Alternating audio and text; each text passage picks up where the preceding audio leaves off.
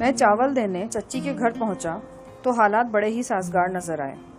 چچی اور دو نوکرانیاں حویلی کی چھت پر دھوپ سیک رہی تھیں۔ چچا گھر میں نہیں تھے اور غزالہ کا چھوٹا بھائی ٹیپو کمرے میں بے خبر سو رہا تھا۔ غزالہ ننھے ٹیپو کے قریب ہی کرسی پر بیٹھی ایک انگلش کتاب پڑھ رہی تھی۔ شہر جا کر وہ انگلش میڈیم اسکول میں داخل ہوئی تھی اور مجھ سے کئی جماعتیں پیچھے ہونے کے باوجود اس کی انگلش مجھ سے اچھی تھی۔ پڑھائی سے ہٹ کر بھی وہ بے حد ذہین تھی اور نومری میں ہی بڑوں جیسی باتیں کرتی تھی۔ میں برآمدے میں کھڑا اسے بغور دیکھتا رہا۔ وہ میری آمد سے بے خبر تھی۔ میں نے جی بھر کے اسے نگاہوں میں اتارا اور پھر اندر چلا گیا۔ السلام علیکم۔ وعلیکم السلام۔ تم کب آئے جہانی؟ اس نے جلدی سے دوپٹہ سر پر رکھ لیا۔ سر کے سوا اسے ڈھانپنا بھی کیا تھا، ابھی لڑکپن اور بلوغت کے درمیان کھڑی تھی وہ۔ پورا 1 منٹ ہو گیا ہے۔ تو کیا کر رہے تھے اتنی دیر سے؟ تمہیں دیکھ رہا تھا۔ اچھا، خواہ باتیں نہ بنائے کرو، امی اوپر چھت پر ہیں۔ لیکن میں تو تم سے ملنے آیا ہوں۔ کیا کہنا ہے مجھ سے؟ بتاؤں؟ بتاؤ۔ وہ جذبز ہو کر بولی۔ میں نے ٹرے میز پر رکھ کر دروازے کو اندر سے کنڈی لگا دی۔ میرا خیال تھا کہ اس واضح اظہار کے بعد غزالہ کی کایا پلٹ ہو جائے گی، اسے ایک دم چپ لگ جائے گی اور وہ شرمانا بل کھانا شروع کر دے گی، لیکن میری اس حرکت نے اسے بالکل سیخ پا کر دیا۔ اس کے ساتھ ہی مجھے اندازہ ہوا کہ تھیوری اور پریکٹیکل میں بہت فرق ہوتا ہے۔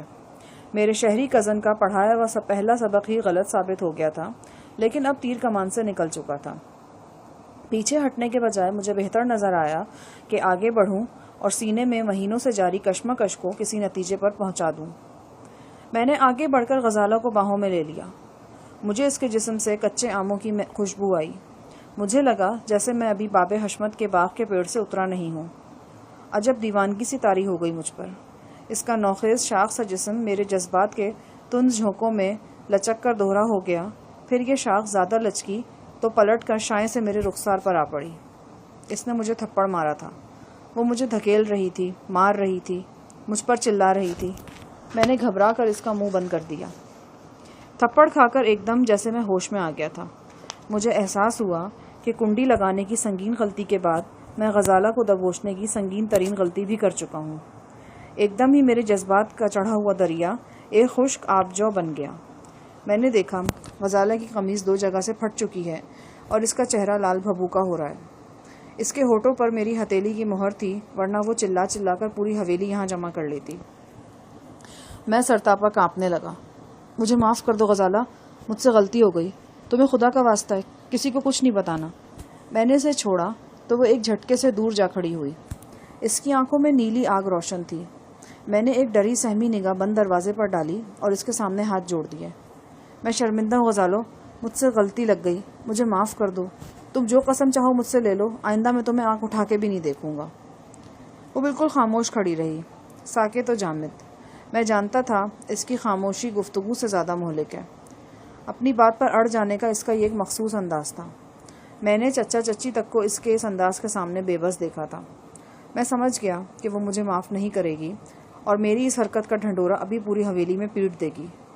نسلوں سے پابندیوں میں جکڑا ذہن خوف سے چٹک گیا۔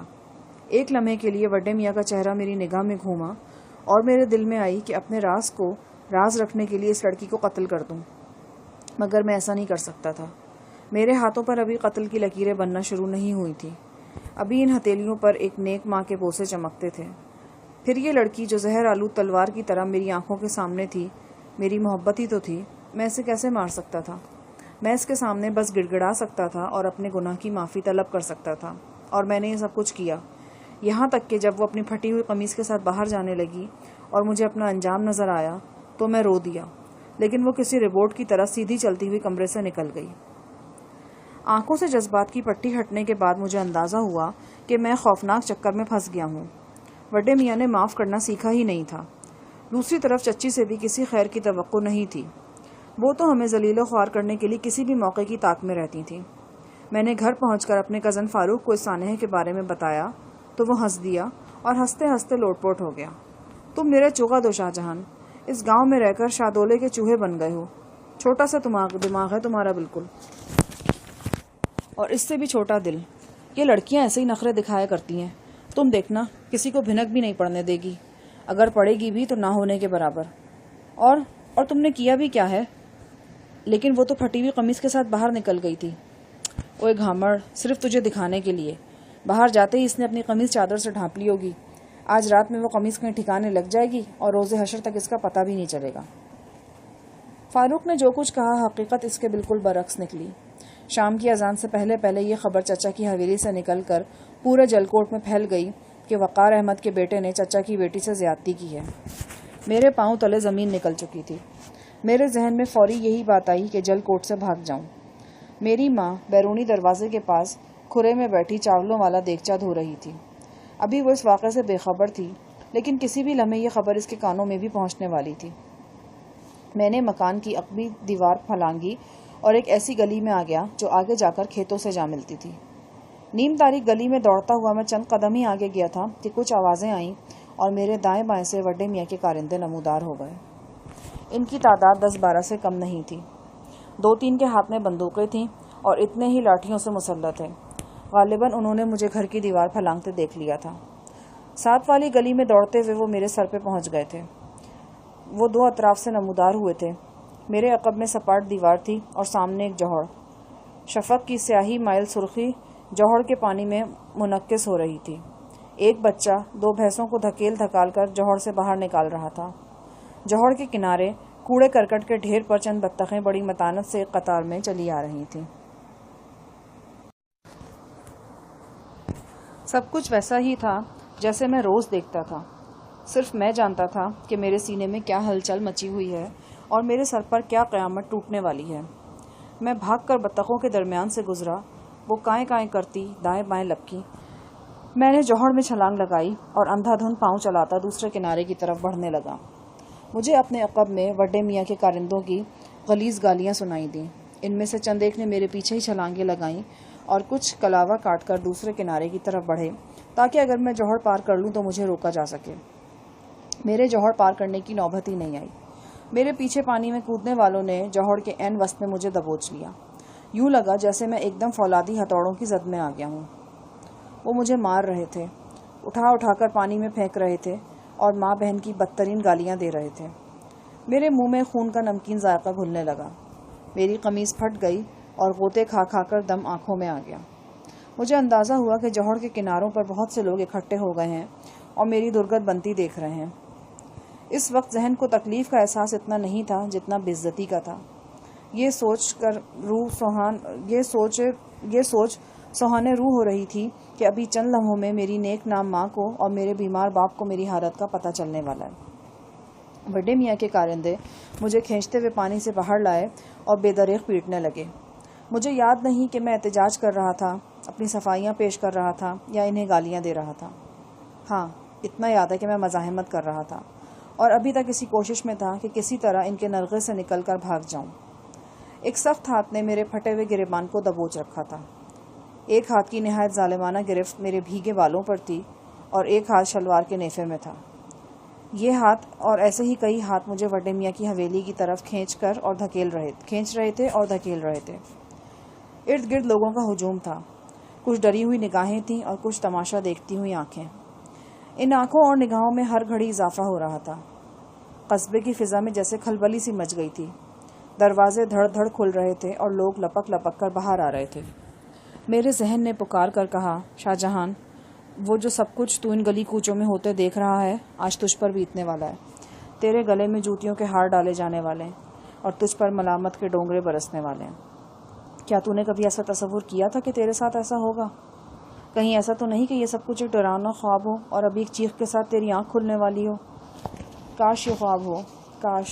میرے دل کی گہرائیوں سے دعا نکلی۔ پھر میں نے خود کو وڈے میاں کی حویلی کے دروازے کے عین سامنے پایا۔ یہاں ایک طرف حویلی کا استبل تھا اور دوسری طرف نوکروں کی کوٹریاں دور تک چلی گئی تھیں۔ سامنے ایک چوک سا تھا جس میں لوہے کا ایک طویل پائپ گڑا ہوا تھا۔ ایک رسی کے ذریعے پائپ پر روشن لالٹین آویزہ کی جا سکتی تھی۔ رمضان شریف کے مہینے میں سحری اور افطار کے وقت اس پائپ پر مختلف رنگوں کی لالٹینیں آویزہ کر کے لوگوں کے لیے آسانی پیدا کی جاتی تھی۔ اس پائپ کے نیچے ٹین کی چھت والا ایک بوسیدہ کمرہ تھا۔ اس کمرے میں ایک بہت بڑا ڈھول پڑا رہتا تھا جسے نوبت کہا جاتا تھا۔